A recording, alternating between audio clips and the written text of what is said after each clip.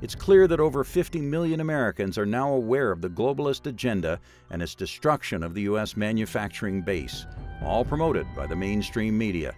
I believe that globalization is inevitable, but people are scared of all this change.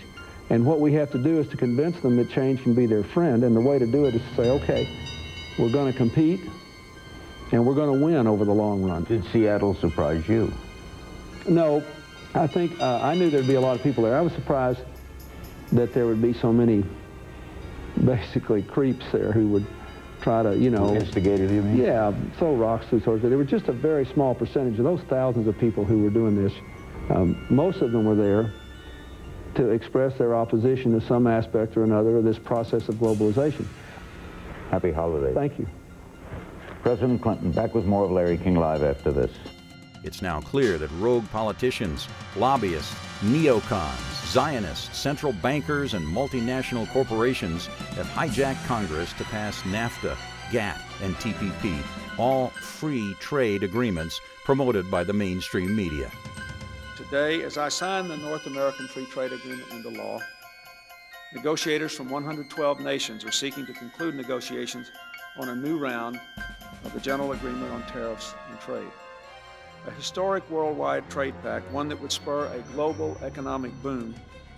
I call on all the nations of the world to seize this moment and close the deal on a strong GATT agreement within the next week. The Constitution is a document to restrain the government. And if you don't obey the Constitution, then you don't restrain government, you expand government. If you look at what's happened in the last 100 years, I mean, whether it's foreign policy, attack on civil liberties, or economic policy, it's government intervention, constantly growing, and Republicans or Democrats. It's always more instead of less. And I think basically that it's because they don't follow their oath of office and obey the Constitution. How would you like to lower the country's trade deficit and balance the payments by giving all Americans and all businesses tax deductions for buying American products and 90% profits going to American companies? Does that work? I wonder whether it would even be...